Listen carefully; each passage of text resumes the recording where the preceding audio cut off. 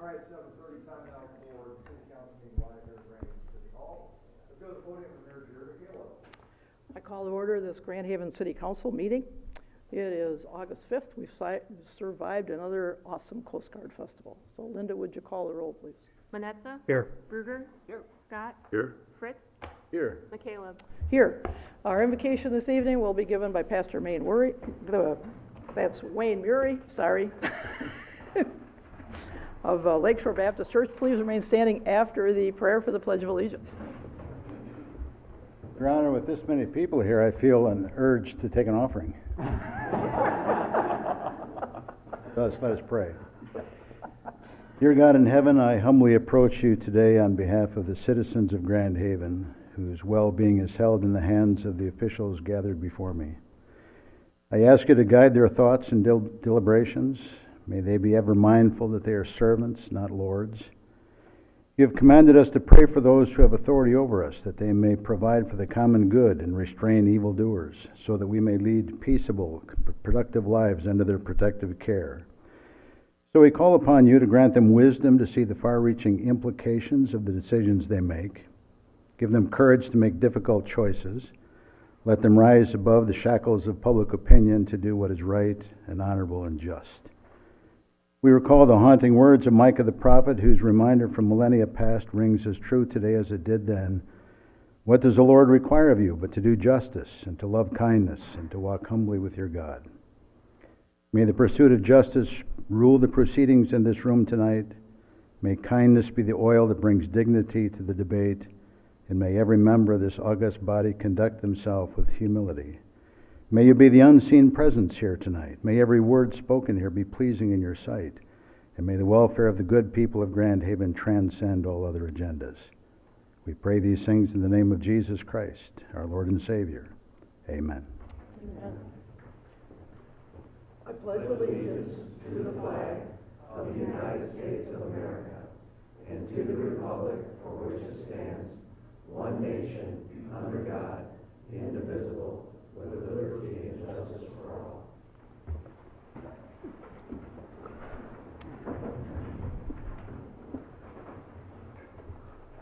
We have two presentations to make this evening.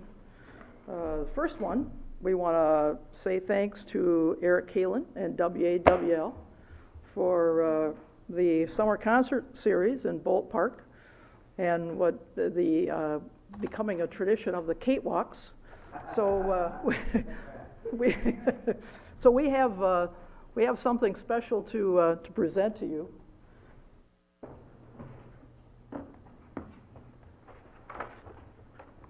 Come on up, Eric.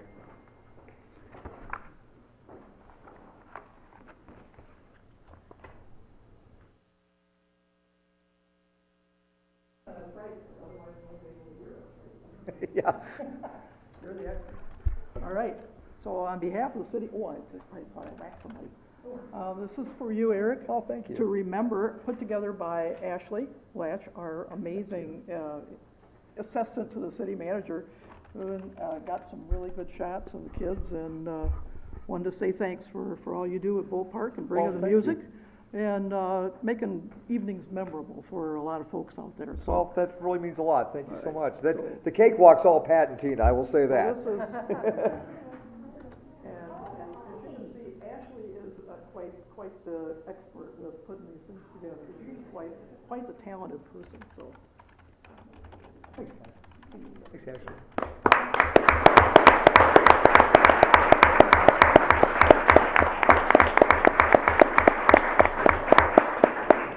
Thank you very much, Mayor. You betcha. All right, that's one. We got another one. We had the pleasure this spring of having some folks from the Disability Network come and do some beautification around our city. So what I'd like to do is ask Stacy Trowbridge to meet me up at the podium, and we'll introduce the folks that did so much to make our city beautiful this spring.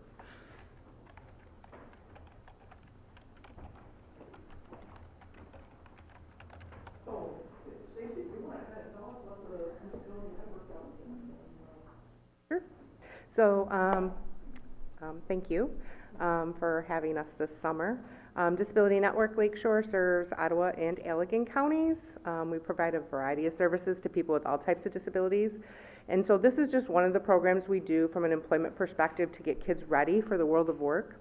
And so we had some students from Grand Haven and Spring Lake High School this year, many of whom have never had a job before, and they had an opportunity to actually learn employability skills and practice those out in the community this summer, thanks to all of you.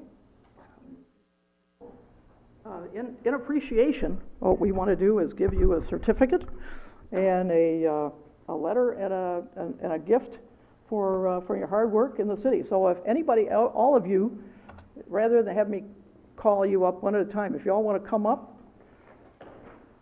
and with your families, if you all want to come up with your families, that's awesome too. And nobody has to trip over anybody. Oh yeah, just go run up there. Let's go ahead up in front of the. Oh, okay, that's right. So we're going to go, I'm going to hand this to you one at a time. First of all, the mentor is Tricia Jackson. So Tricia,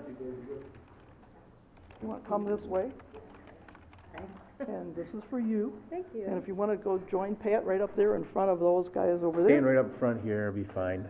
Caleb Baxter. There you go, Caleb, your certificate and your gift. Just want to go stand up there. That'd be awesome. And Jacob Hartman. There you go, Jacob. Yep. You know, you want to join their cohorts right up there. Tiana Khan. I'm not sure if I pronounced that right. Fix it for me. How do you pronounce your last name? Kuntz. Okay, I was close. But not right on. So Tiana, there you go. That's for you. Thank you. Kate Zellman. All right, you're quite welcome. You want to head up that way? Robert North III. Robert or Bobby? I like that too. Either way. All right. Well, thanks for all your hard work. And Marty Hill. I'm guessing that's you, Marty. Very good. Are you right up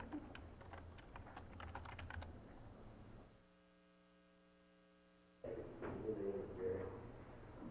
Here, you're right in front. All right, in the middle. Right in front of you. You want to stand next to those tall guys. All right.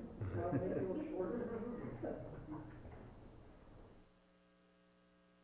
You guys want to stand up behind there? I can't see city council. Oh, you want us to? But you want us to stay, you want to. They're all our great volunteers. All in one place. Thank you guys very much.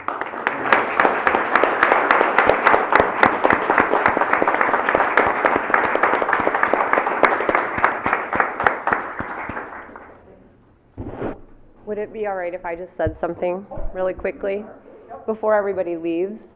I just want to say this has been one of the hardest working groups that I have been able to have the privilege to work around. And coming in with great attitudes, didn't matter how hot it was, how hard the job was, they were always on fire and ready to go. So I want to personally say thank you to all of you. You made Grand Haven a much more beautiful place while you were here working. And who knows, maybe someday you'll have a future job at the City of Grand Haven, all right? So just want to say thanks again for everything, and thanks for the opportunity to allow us to do it. Absolutely.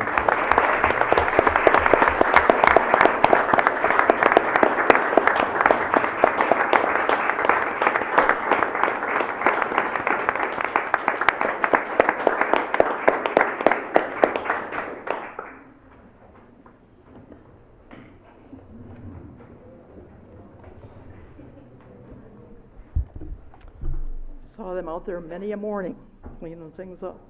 Appreciate it. All right, we are to the approval of the consent and regular agendas. Are there any changes? I have no changes this evening, Your Honor. No. Oh, Nope. okay. I have a motion to accept the agendas as presented then. So moved. And supported. Moved and supported.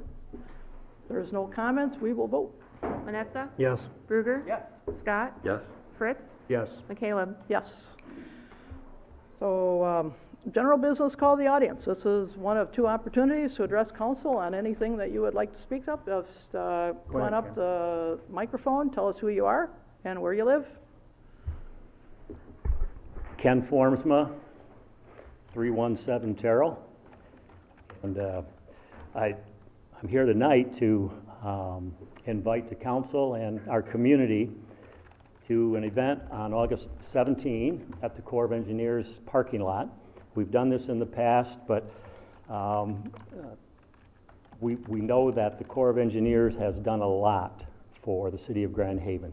Probably in excess of $10 million of federal dollars that came our way going back to 1984 when the original boardwalk was constructed. So we have a change of command. Tom O'Brien obviously has retired. Bob Stanek is now in Wisconsin and seems to be in Wisconsin for a long time. And so I think it's kind of dovetails with what our city council and other people do when they visit the change of command in Detroit. It's always good to be a visible presence. As a retired teacher at Mary White School, it was good to see these kids. And it spurred a thought in my mind from the 1963 city charter, City of Grand Haven. And just in case you haven't had that out in a while, at the bottom of page 1, with only the musical fountain on our waterfront, the council said, if Grand Haven is ever going to be successful, every citizen needs to do something every day to make this a better place. And here's the best part, even if it doesn't affect them personally. And I think that's a really powerful thought to hang on to. That's what motivates me when I was fundraising. My real purpose tonight is to embarrass Ashley because she had a stack of papers on her desk and we began talking in January about this August 17 event. And Pat's suggestion was that maybe we could have some kind of a handheld map that would give people an idea of something to do after they had their hot dogs and chips and water, and maybe if they're lucky enough to win on the cakewalk and all the rest. Kelly Larson will be there with free ice cream. Our community likes free, and I have a track record to prove that.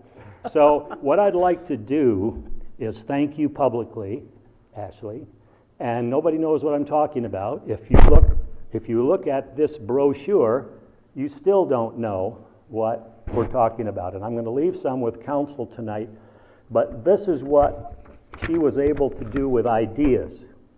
And what this is from a distance is as you leave the Corps of Engineers parking lot on that Saturday, you can take a walk on the Chispa. And that's a pathway behind the Corps of Engineers building.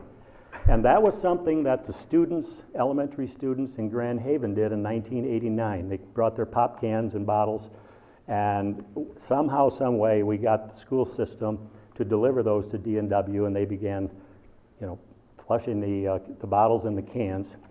The Chispa is a Spanish word for spark. And in Grand Haven, we had a SPARK program, which is an acronym for Special Programs in the Arts Reaching Kids. And so what we wanted to do was make sure that the kids, the elementary students, had some kind of a tie with this boardwalk, even though it was 5 years later. And then this little map will have people detour and go to the Eternal Flame. We're encouraging people to go look at the Reimagination Station, then come down to Escanaba Park and read a little bit of history again, take a walk on the boardwalk and say thank you, Corps of Engineers. Check out the new pier, the lighthouses, the catwalk, and we designed this to happen on the same Saturday as the sidewalk sale and as Art Along the Riverfront, to say Grand Haven, we have a special place. Come and just spend the afternoon, and enjoying your community. So that's my whole purpose tonight, is just to encourage you folks and the community to be part of this. There'll be lots of different activities. And our friends D&W who have been with us forever They're donating 500 hot dogs and buns and chips and water and all the condiments and all the ice we need, and even the cakes, so that Pat and Tina can make lots of people happy. So thank you for your time. Thanks, Ken.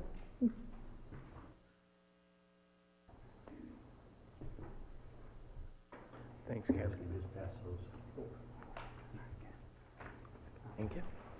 Thanks, Ken. I guess I get to.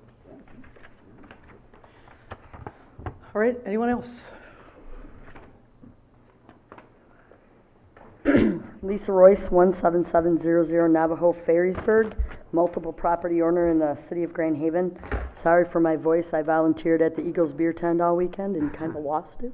I have a couple questions for City Council. I was wondering, whose idea was it to remove Theo and Stacy's and all the food vendors from the municipal marina? They've been there for 40 years. Well, that's a Coast Guard Festival decision. That wasn't the city decision, so. Okay, so go to the Coast Guard Festival about that, The because, Coast Guard Festival went to food trucks, and so that was, but it's their choice of who came here to be vendors, so. okay, because it was very disappointing to see bathrooms where these people have been for 40 years.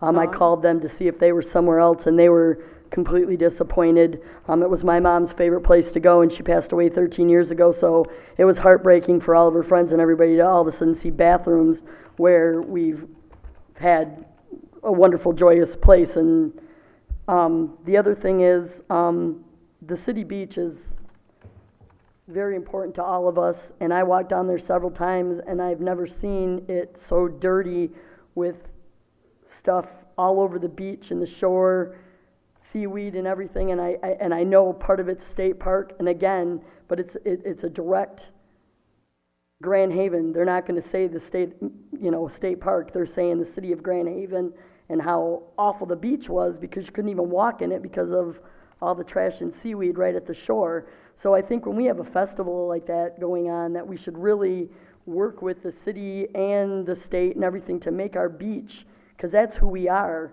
And I was down there several times with different groups that came in out of town, and I just think we need to work a little bit harder to make that beach, to be proud of it. I wasn't proud to be down there. It was kind of embarrassing to explain. I couldn't explain why it looked like that. So I just really think that we need to do more with that. And my last question for right now is the parking. Being a volunteer at the Eagles Beer Tent for 4 nights, people were voicing their dismay about parking and getting tickets and nowhere to park. When is something going to come up about our parking problem that we have in this town? I've been up here before and at Planning Commission and Zoning Board of Appeals. I was just at my property down by Norm's, and Norm's is a great place, but last night they were busy. The sound studio was busy. They were taking parking from everywhere, my tenants all over the place. We have a huge parking problem, and we don't even have the businesses that are going to go in coming in. And this is the day after Coast Guard, Sunday night at 6 o'clock, and there was a huge traffic problem last night. One of my tenants called me on the phone and said, come down here and look at this. So I went down and shot a 4-minute video. Couldn't believe what I saw. So, Thank you. All right, anyone else? Hello, I'm Carolyn Taylor, and I'm the current chair of your Grand Haven Main Street DDA board. And I've come tonight with Jeremy Swiftney to introduce him officially to all of you on council, because he is our new executive director. As you know, we were without one since early February, and we hired Jeremy, and he started just barely over 2 weeks ago. So right before Coast Guard, which was super exciting. And he's jumped in both feet, and I think some of you probably know him from around the community, but I just really wanted to officially bring him and make an introduction for you. All right, thank you. Thank you, everybody, for the support that I've gotten so far. Obviously, I'm going to be reaching out to everyone to get assistance as I learn this new role, but it's mainly my goal that I can make Grand Haven even better than it was when I started, and hopefully with all of your help, I'll be able to accomplish that. All right, thanks, Jeremy. Anyone else?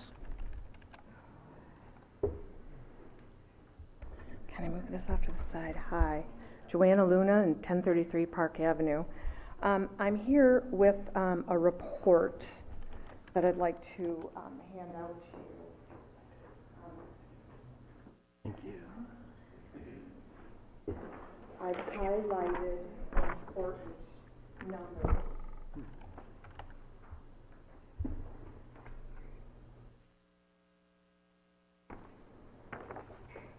Thank you.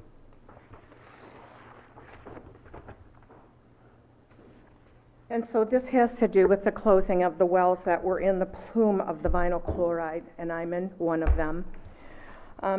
The last time I talked, I said that I'd be very willing to have my well tested, and I went ahead and did that, even after the fact. So this company is very reputable out of Grand Rapids, and Prina Newhoff, and I received the results, and I just thought it was important to share. The analysis came back saying not only is this safe for sprinkling, but also safe for human consumption. So as you can see in the report, the allowed amount of vinyl chloride is 2 parts per billion, or 0.0002.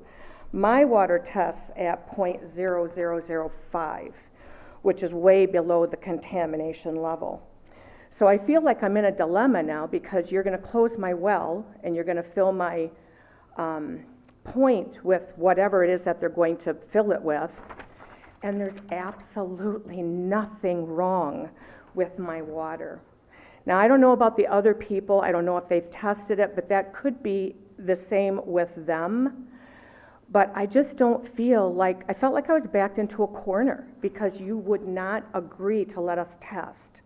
So I did anyway, and this is what has come out of this test. And I just don't understand how you could possibly come in and destroy my property when I think that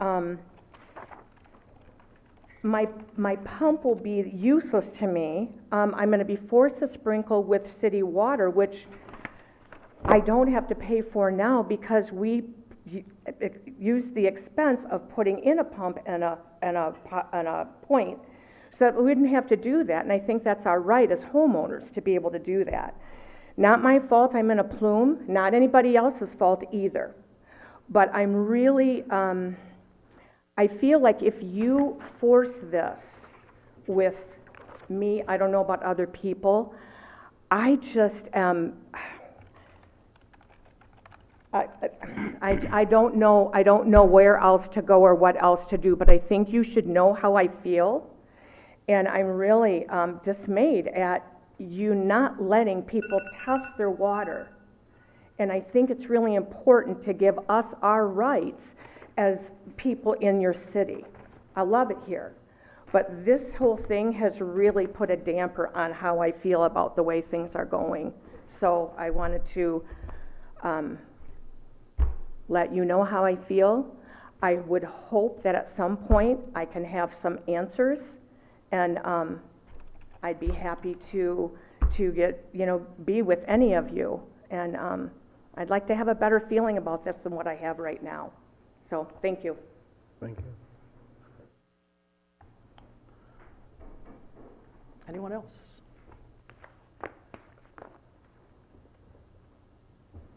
This is also about parking, a different issue though. My name is Nancy O'Neill, and I live at 216 South 2nd Street. My comment is about safety and parking code enforcement in neighborhoods during festivals. The Coast Guard Festival honors Coast Guard members and their families and offers our community and visitors many wonderful opportunities to enjoy activities in Grand Haven.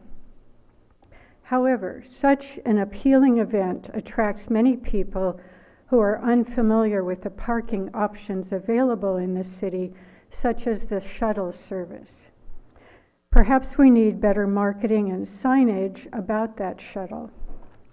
Naturally, visitors would like to be within walking distance of their destinations. So if they are unaware of the shuttle service, they drive around and looking for an elusive parking spot. Eventually, once all the legal places are taken, many people park illegally, which endangers other drivers as well as pedestrians. The illegal parking also causes stress to those of us who live in the neighborhood because we are aware of the dangers caused by illegal parking.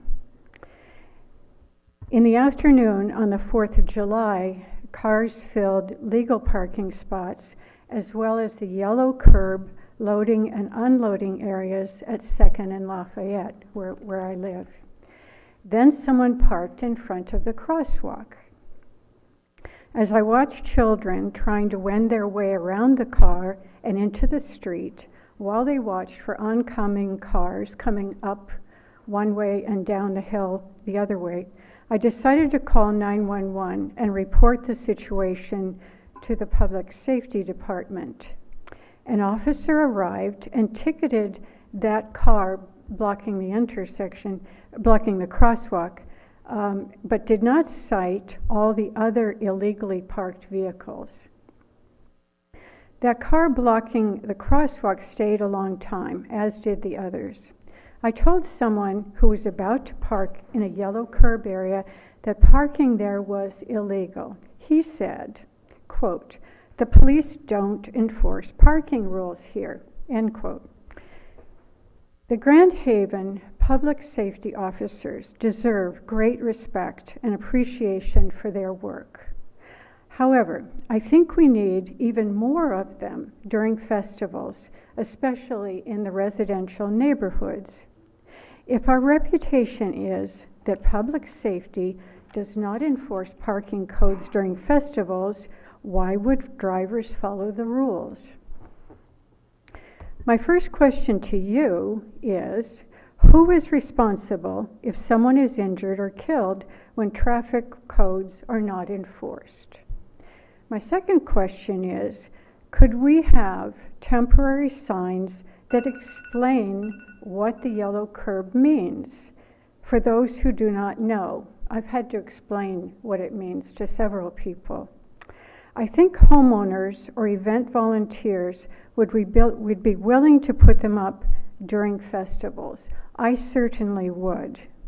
Thank you for considering my request, and here is an example of what I would like to have in the yellow zones. Something like this that says no parking and then has the code reference at the bottom. Thank you. All right, thank you, Nancy.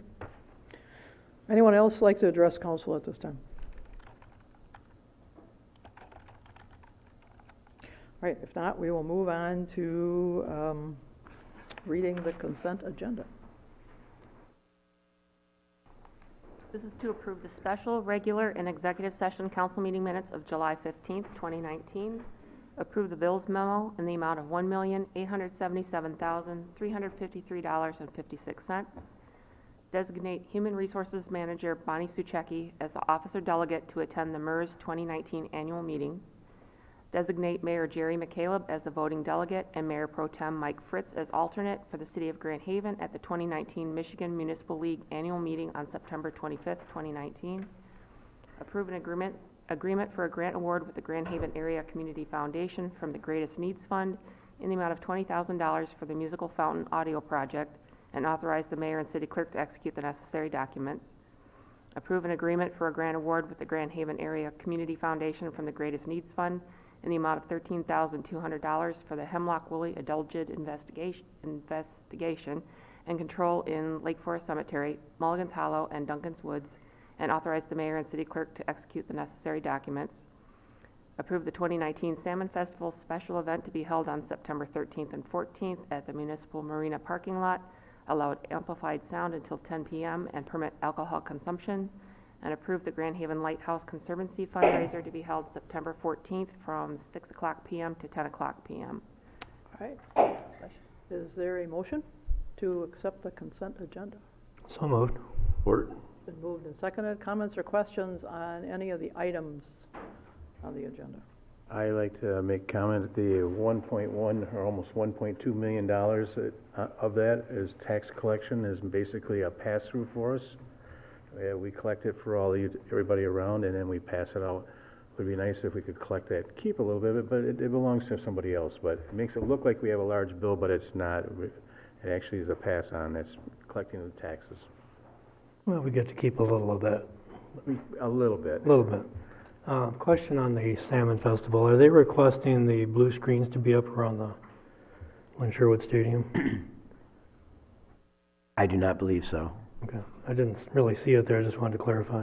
Because I know it's a lot of work to put them up. Yeah, and if they do, it's $2,100. Okay, if they do, we would not be waiving that fee. They have not asked for that, but I don't think they asked for the blue screen. I don't think they've ever screened off their area. They're just under the tent. And, right. Yeah, this is something relatively new with the screens. Right, right. I just know it's costly to put up. It is, absolutely. So, I do want to make a comment on the Salmon Festival. They try to be almost totally garbage-free. Everything that they use is disposable, and they have very little, I don't know what the percentage is, it's in the 90s of all disposable products. So they really try to be very hard and not fill up the landfills with junk from the Salmon Festival. So it's, and it's always, they say, a great time. Fish boil, first time I heard about a fish boil, I went, boy, I don't know, but it's awesome. So if you've never tried it, give it a go. It's delicious. And also happy that we're getting on board with the Hemlock Woolly Indulged work that being done on our parks, because saving our trees. It's awesome. Anyone else? We are ready to vote. Ruger? Yes. Scott? Yes. Fritz? Yes. Manetza? Yes. McCaleb? Yes. First item in new business when you get your. First item is to approve an introductory resolution amending Chapter 40, Article 3, Section 40-327B2 of the zoning ordinance related to fence opacity regulations. The Planning Commission and the administration recommend approval. Is there a motion? So moved. And support. Moved and seconded. Jennifer, anybody here from Planning Commission to? Jennifer was not able to make it tonight, so if you have any questions, I can answer them. It's just to increase the height of fences in the front yard from 3 to 4 foot at a 50% opacity requirement.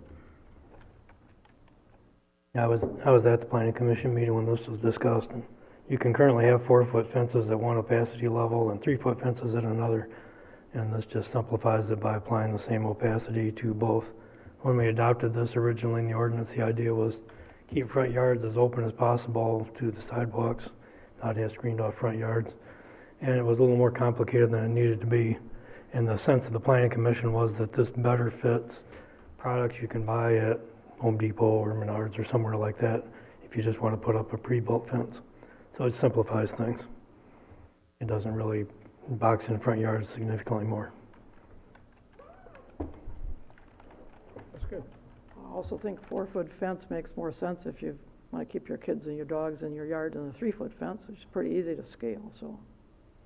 Especially when you have dogs like I had. Yeah, they jump. St. Bernards and stuff like that. 3 feet isn't nothing. I mean, a dog come up and his head's above my head when he stands up, so 4 foot might deter him a little bit, but this is a good idea. That's to keep you in. Oh, is that way? Thanks, Bob. All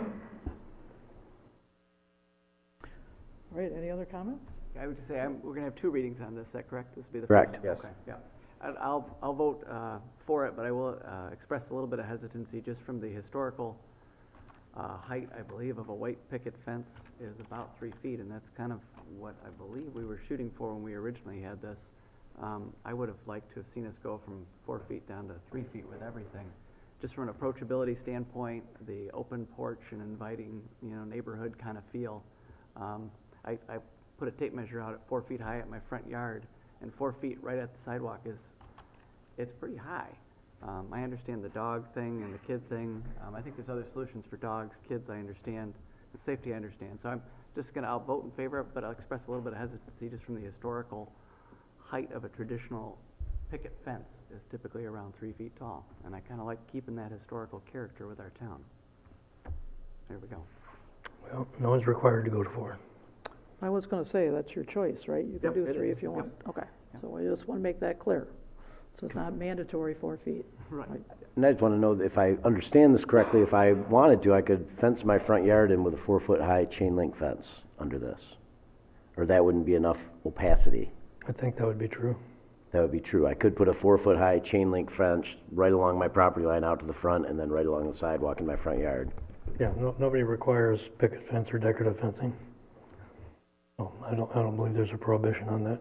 Yeah, I would think the chain link fence, you could put a, yeah, that's Well, more, if you more fill- than, it's more than 50% opaque. If you fill or less it, than if you 50%. fill it with slats, it would be opaque, but if it's just open chain link, it'd be pretty clear. Okay, so you'd have to fill it with slats to make it Then it greater become- than Then it 50? becomes opaque. Okay, But you're not required to, as we talked about with the height. You could leave it just a chain link fence, 4 That's feet right. high. just chain link fence 4 feet high, and I could do that in my front yard. No barbed wire. No barbed wire. Or my neighbor could do it, because you don't see much of that in Grand Haven. It's Oh. very uncommon, and I don't think it would be the most attractive street view if one yard out of the whole block had a 4-foot-high pretty chain link unsightly. fence sticking out in the middle of the block. Very few people have done that. I think few people would. Is there anything that prevents anyone from doing barbed wire? I hate to throw that out there, but that was brought up.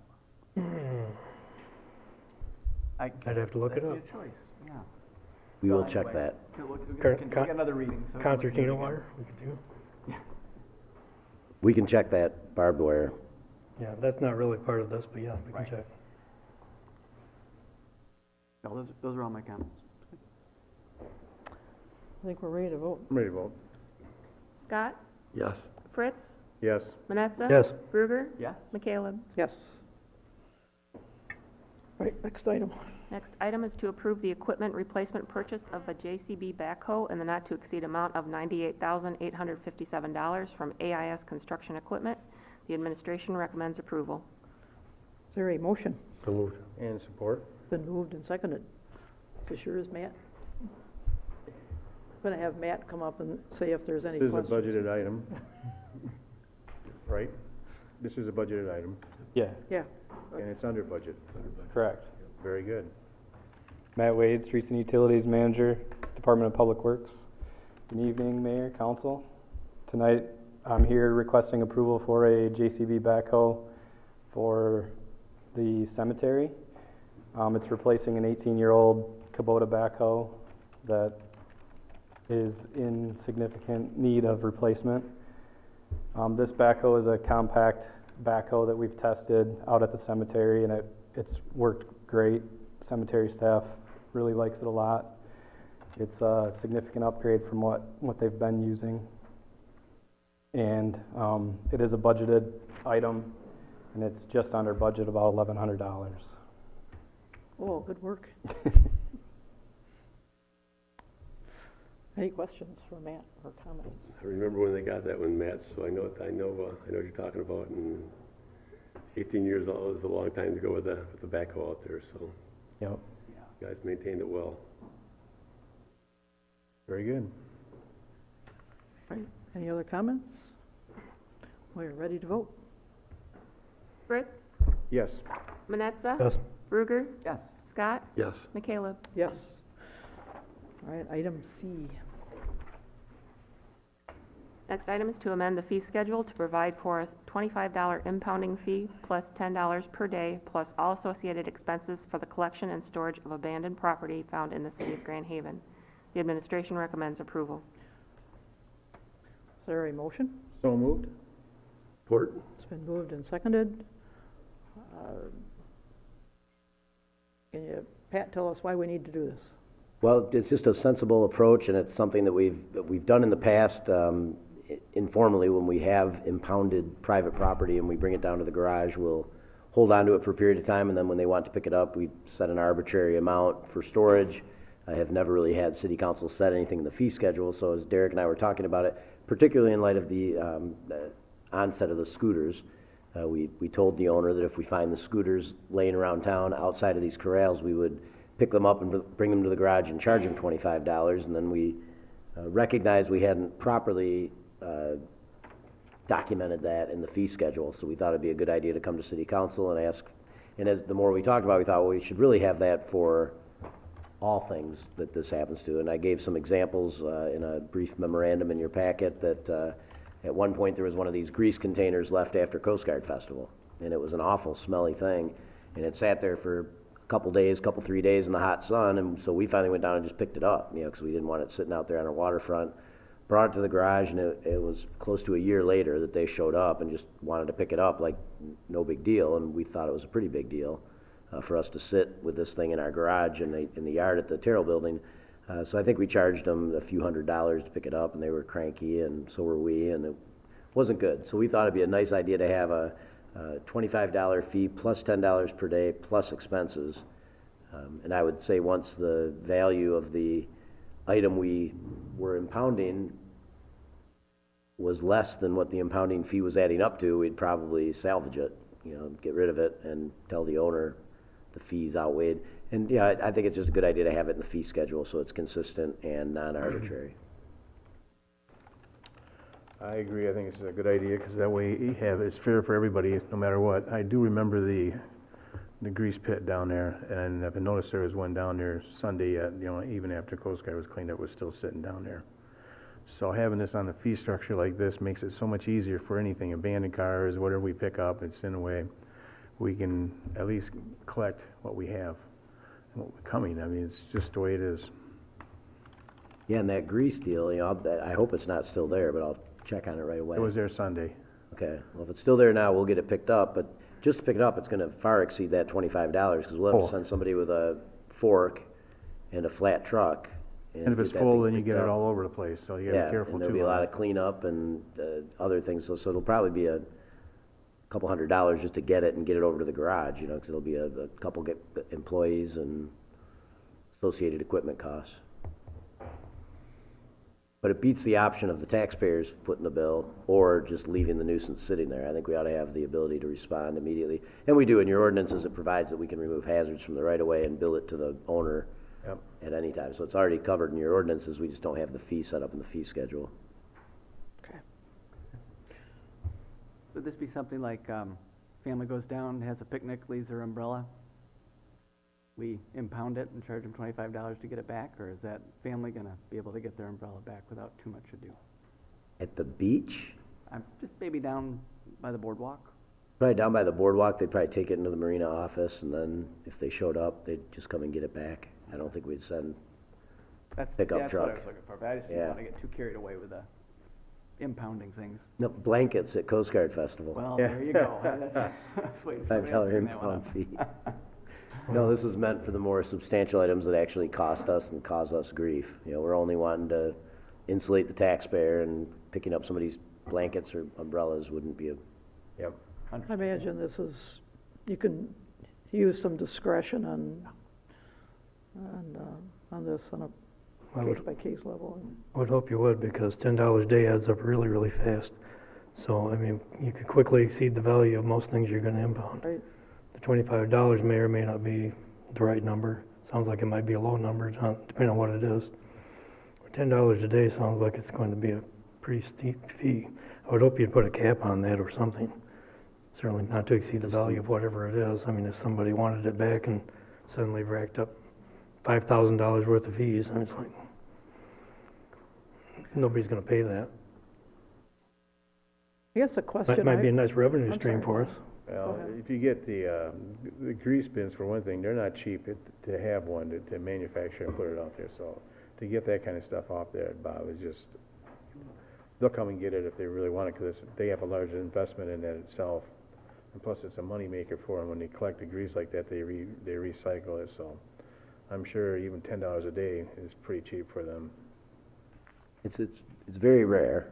Yep. And it's not what I would recommend, what seems fair to me, and excuse me for maybe being a little severe about this, but I think if somebody leaves something laying in the road, they've abandoned it and they don't own it anymore. If it's in a parking lot or a road or a park and they've walked away from it, and if it's an umbrella that you just forgot and you come back and, I set my phone down, do you have it? Oh, $25, we're not talking about that. That's lost and found. We're talking about somebody that deliberately leaves something because what their pattern is is they use our public places as storage areas. A lot of times it happens with traffic control devices when we've got a project of some kind and somebody hires a company to come and put those barrels out and they never come and pick them up. Just when they need them next time, they'll come and pick them up and bring them to another community. It's like, no, we're not your storage yard. And if you do that, we're going to pick them up and we're going to keep them. Or we bring them to the garage and we say, well, you can pay for them because we had to pick them up and store them for you. That's your job. You shouldn't be leaving them on the public property just thinking that you get a free pass. So we would not do this vindictively or with ill intent to try to raise money. We do it to deter people from using us in that fashion. And I think the grease company, that's exactly what they do. They just leave it there until they need it to be deployed somewhere else, and they send a truck, pick it up, and bring it to the next place. That way they never have to bring it all the way back to their yard and then redeploy it. There's a big savings there, and I don't think they should be taking advantage of the public in that way. So I just think it's a reasonable thing to charge them, and $10 a day, if that's not the right number, I'm fine. I just thought that would provide some incentive. And I don't know what a tow yard charges as an impound fee. If they take your vehicle A lot. and tow it, I think it's probably more than $10 a day. Yeah, more than $10. Probably so. That's a car. I mean, you're gonna wanna get that back from So them. is there gonna be a grace period? You pick up something and then you let people know, oh, by the way, we've got it? Or does the $10 start on day one? Generally speaking, we will have contacted them multiple times before we even pick it up. You know, if we know who it is, we'll call them and say, come get your stuff. I understand that, but we're formalizing this policy, so what's the policy? Is it going to be day one or? It's day one. If we gotta go pick it up, it's $25 for the pickup, plus whatever our costs are, and then $10 each day that we hold on to it would be the impact of this policy. But we're in no hurry to send our guys out, pick stuff up. We would call them first and say, come pick up your property if we know who it is. So you're gonna try to contact people before you actually do the pickup? Always. Yeah, we'd always give them a call first before we just pick it up. That sounds fair. You know, maybe give them a day. In the case of a smelly grease contraption on our waterfront, I think 24 hours is reasonable. And I would hope we already contacted them, and I'll check that tonight when I leave here. Get a picture. All right. Well, that's a more clear picture, so I'm glad we went through that explanation. Because I was gonna say, you know, if I left my umbrella somewhere and came back and I'm going, where would I even call to find where my umbrella is, or, as an example, so I'm glad that we talked that out a little bit, so. So, any other comments? Otherwise, we will vote. Manetza? Yes. Bruger? Yes. Scott? Yes. Fritz? Yes. McCaleb? Yes. All right, that was the last item. We are to report by city council. So who wants to start? I can go for it. Pat, just something to look into, I suppose, on the treasurer's report that we received on Friday. There's a note on there, and I couldn't get it to print on my computer, but about the fire truck fund, somewhere around $670,000 in it. And it looked like it said cash, and then it said investment behind it. But then above that were a list of items that were CDs earning 2.5%, and it looked like the fire truck was just sitting in a money market account or something like that. So if, you know, we're not planning to use that for a long time, we should invest it, would be my thought. But I couldn't quite tell from the report exactly where it was, so Okay, looking at that. double check that. And then, I just, you know, as I said, I'd mentioned it before, I'm interested in talking about a deer compromise. Thank you. And then we attended a lot of activities as a family around Coast Guard, and my wife and I stayed after the fireworks at Waterfront Stadium, and we cleaned up a little bit.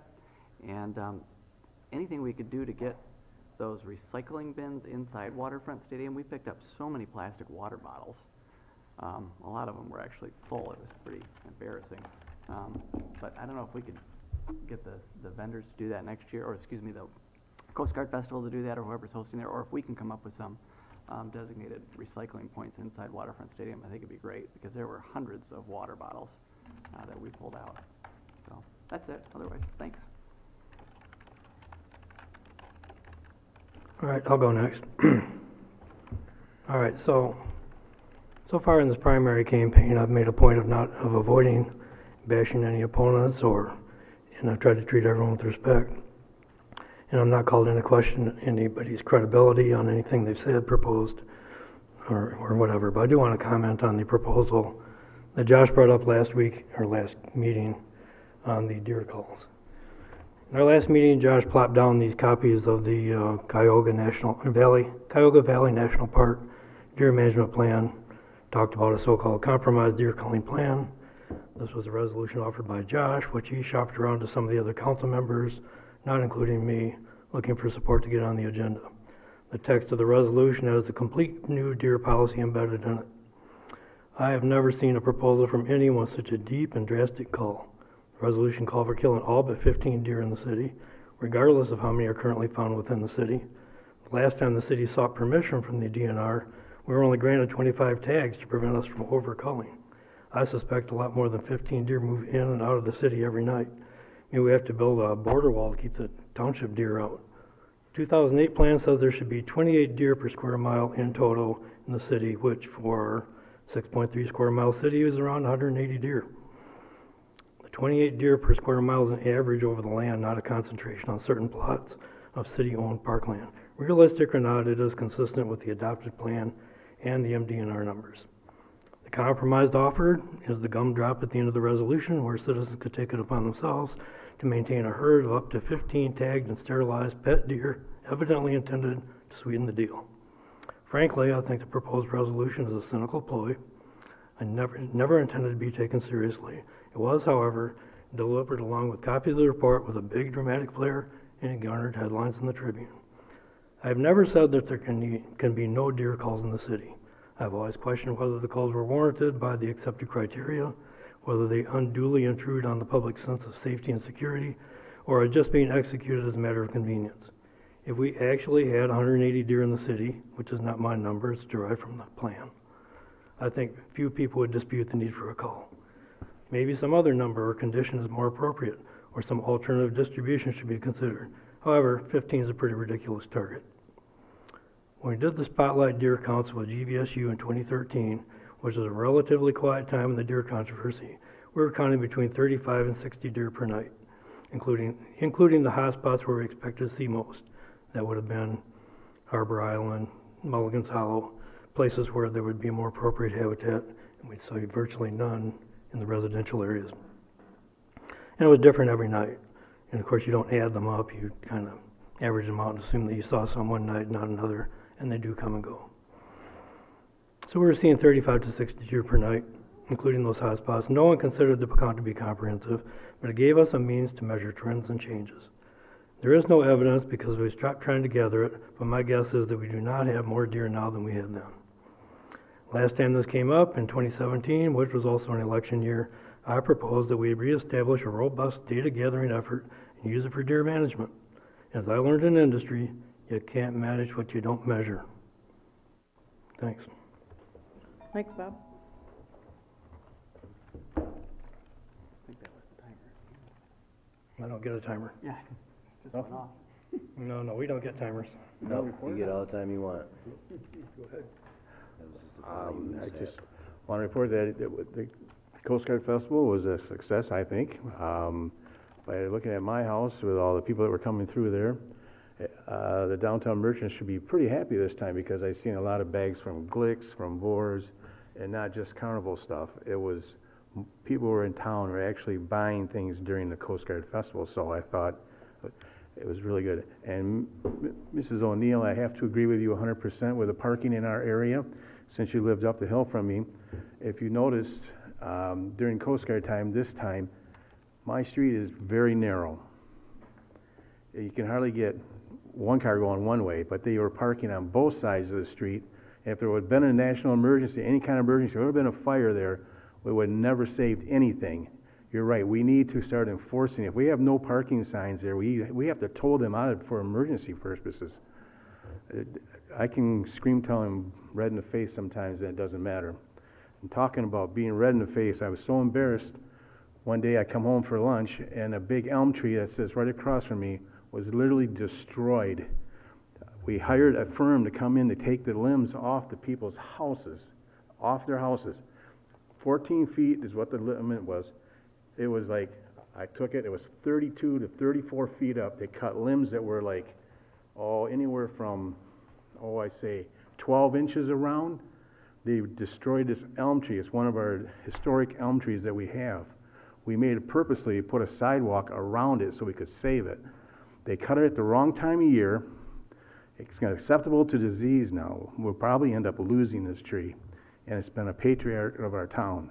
I'm so ashamed that we had to hire a firm and not our own DPW, and nobody actually went over there and watched them when they did it. They just destroyed it. And then when my neighbor came home from New Jersey, his front porch was full of wood chips. This is Coast Guard time now. He had to come home and clean his yard, clean his porch, and nobody came by. I'm really disturbed at that whole thing that we don't watch these people when they start cutting trees and where they are. If we're going to hire firms to come in and do it, we need to have somebody on site with them. It's the same thing when we do asphalting. I think it's very important that we have a person on there to make sure that we have the correct asphalt laid the right way, trees cut correctly. We need to be on focus. Put somebody there with them. Don't leave them on their own. Other than that, I had a great time. I enjoyed all the shows down at the waterfront. I had a vent. It was so disturbing. It really, I mean, I'm still venting. I'm still shaking. When after I talked to them, the excuse that was given to me about the tree was, well, Jerry asked to have him take this taken care of. I go, okay, well, and Jerry came home and he goes, yeah, just 2 years ago, our DPW guys just came and just trimmed them off my roof so the limbs weren't hanging on my roof, rubbing my shingles.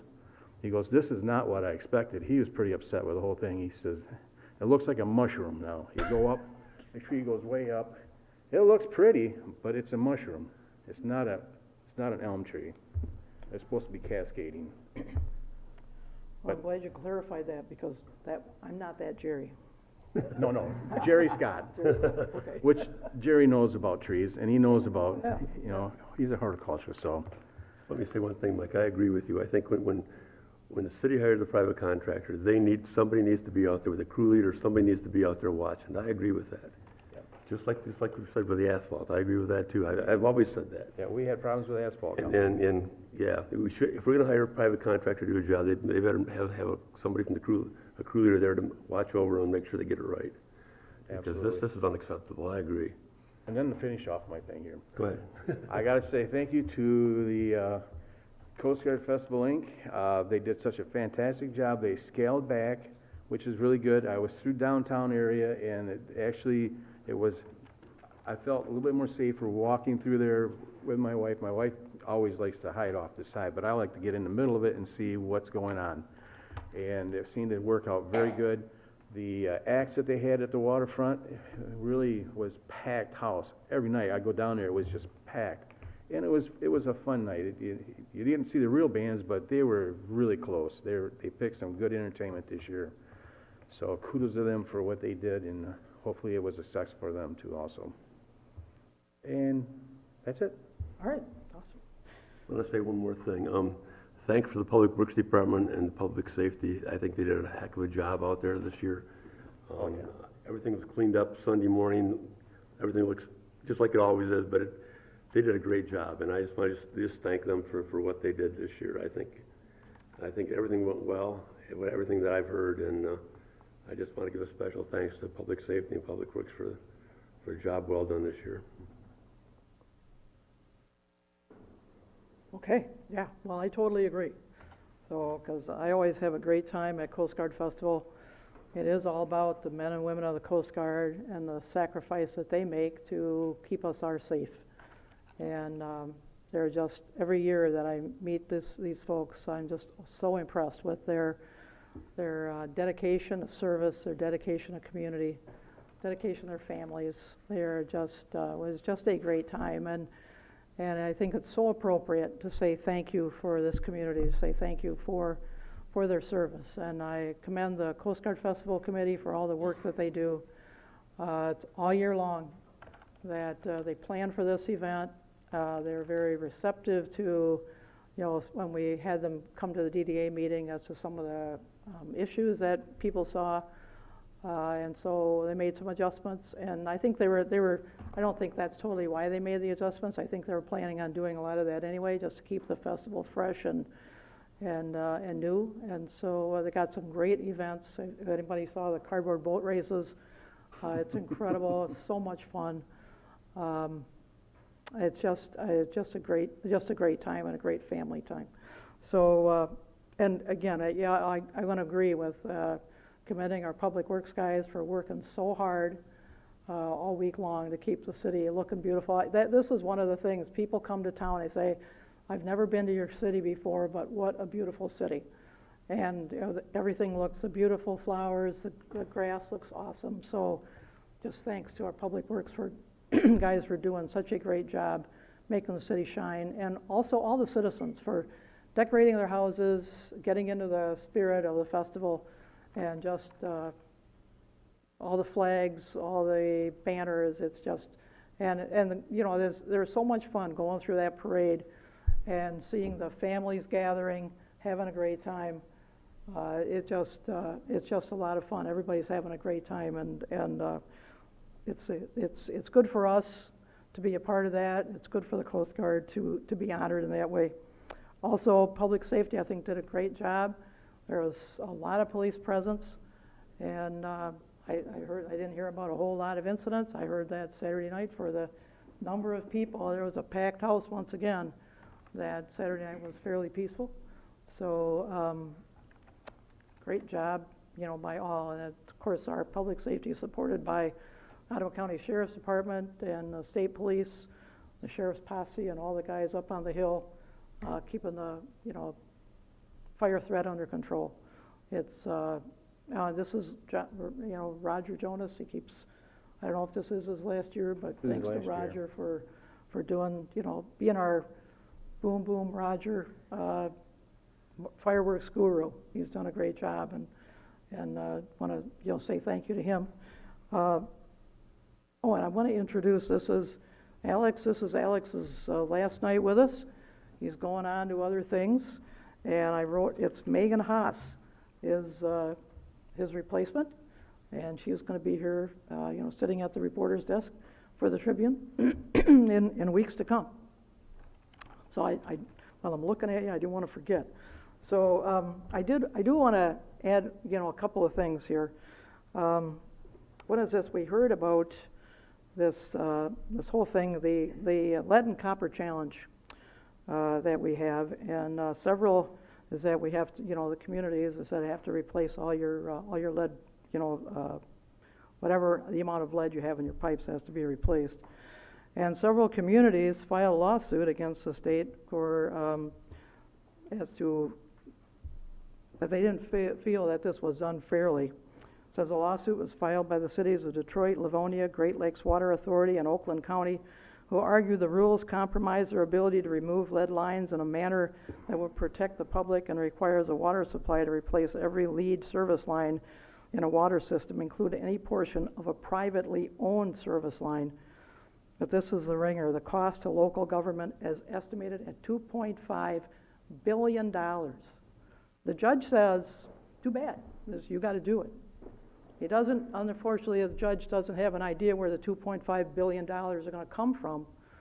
And I look at, all the things that we have in our plan of public utilities and infrastructure, and we're going to have to, if this stands, we're going to have to put aside some of our very, very important projects in order to fix a problem that we really don't have, because we don't have a lead issue in Grand Haven. Yes, we do have some lead sections, but we do not have a lead issue. And I think the scare that went, out from Flint, the bad things that happened there, that is not universal, but everybody is getting this universal requirement passed down to this because of that. And so we're going to have to let other things go in order to take care of this, and thousands of dollars and go on people's private property in order to fix their private lines. How that is even legal, and some judge says that you got to do it, I really question that. But it's easy to make a decree that's going to cost boatloads of money, but they don't have to come up with an idea of how you're going to pay for it, and I find that kind of tough. And on that, it's the same thing with our water, with our wells. I do not see why, if your water comes back good, drinking quality, not just sprinkling quality, but drinking quality, why we have, passed that ordinance that says now you got to cap your well. I find that a waste of a private individual's right on their own property. And especially, to me, okay, if you test And, you know, nobody wants to spray contaminated water around. But if your water is drinking water quality, I really don't see where that's a danger to anybody in this community. And I think that maybe we can, I think we made it, you know, I voted against it at the time, and I'm just wondering if we can't make an adjustment there, that if your water is tested and clean, that we can make an exception for some of these properties. Because basically, it's all about keeping Grand Haven green. And if you want to water your grass, because I think there's going to be a lot more brown lawns out there if we take away people's ability to water their grass, and there's nothing wrong with their water. So that's just a little bit of input. This reminded me of that, and so that's my comments. Again, great time for Coast Guard, and I'm going to throw it to the city manager for his report. Thank you, Your Honor. The only thing I wanted to respond to tonight was the comment about City Beach. Amen. Well, the huge accumulation of some weeds that all kind of came in as a big slug, I think, last week. And it's a significant amount, and it's awful looking. I saw it yesterday. I've got a picture of it that I've shared with the state park manager as well as the district manager, and have again offered city assistance if they need help with backhoes or trucks or need a spot to let that stuff dry out before they can haul it away or whatever they need. We're here to help, because I agree that how the state park looks is how we look. City Beach is pristine. I mean, I inspected it yesterday. I went up and down the state park. I went and looked at City Beach. Not a speck, not a shred. We do it every Friday morning for 8 hours with that beautiful new beach comb that you authorized, and it does a great job. So I'm very proud of what City Beach looked like. And the state park, they don't have the staff or capacity that we enjoy, but we're here to help them if they need help. We can't do their beach every week. We don't have that level of capacity, but we're here to help them clean up those big slugs, and we hope they get that picked up pretty quick. If I remember right, Pat, we've offered that many times for them before when they had that. And also we made a point when we went down to Lansing to talk to them about dumping the sand with the asphalt in there because it was detrimental to the way Grand Haven looks. And they actually did a fantastic job of trying to clean that up, but they still got a long way to go. But we've offered that to the state park for quite a few years. I remember you coming forward and saying that you have, so. Yep, and we're very cooperatively as best we can with them, and we will. And there was a beach cleanup yesterday down there too. There were people walking around picking up the beach, so there's lots of volunteer groups that go out and do that. So we're doing our best, but you know, it can always look better, and we'll keep trying our best to keep it looking better. And I just wish people would pick up after themselves. You know, you just can't believe what people will leave behind. And well, my wife goes there, and I can tell you what they do. You don't want to know. It's disgusting at times. Yeah. So that's all I had tonight, Your Honor. Thank you. All right, thanks. So general business, call the audience. One more opportunity to speak to City Council. Lisa Royce, 17700 Navajo, Ferrysburg, multiple property owner in Grand Haven. Thank you, Pat. I just think it is a big reflection, and I know that you guys are limited what you can do, and City Beach was really clean, but when you're coming from the pier walking that direction, it was shocking. And, you know, like I said, I go to Florida, they have machines, and I don't know, you know, what we do, but, you know, I appreciate City Beach being beautiful, and that's great. One other question I do kind of have for you. Who owns the Merle Bowes lot? I own the house at 816 Waverly Street, and it is an eyesore. The weeds are up to here. The whole parking lot is atrocious. It's been closed for quite a few years now.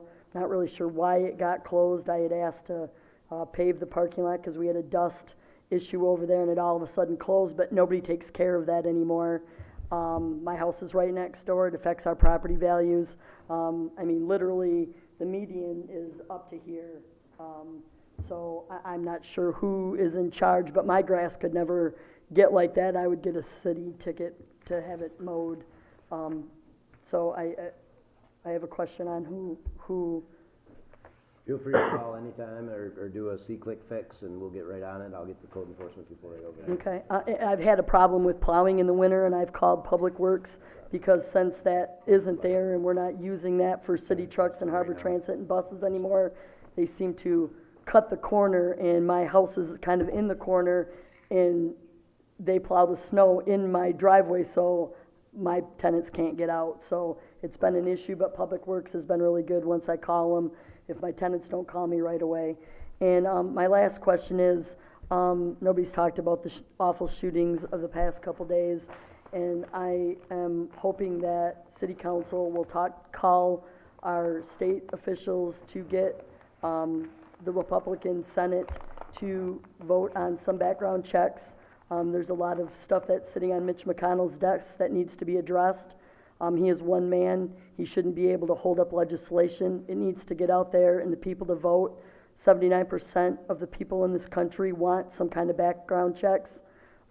This needs to stop. My daughter moved to Ireland in April. I miss her dearly, but I have to say I'm thankful that she's there and she's not in a country that's not taking gun violence serious. I went down to Parkland. I've walked the walks. This is a serious issue, and we need to stop being silent about it. We need to go. All of us need to do something here. Prayers and thoughts and prayers are not working. This is action by all of us, because it could have been easily the mayor of Grand Haven having to go forth, and hopefully it will never happen on any of our backyards, but it's creeping all over this country, and we can't be silent anymore, so thank you. All righty. Anyone else have a comment? If not, we will adjourn, and see you all next time. Pat buys. Pat buys. Yeah, I first reached out to you.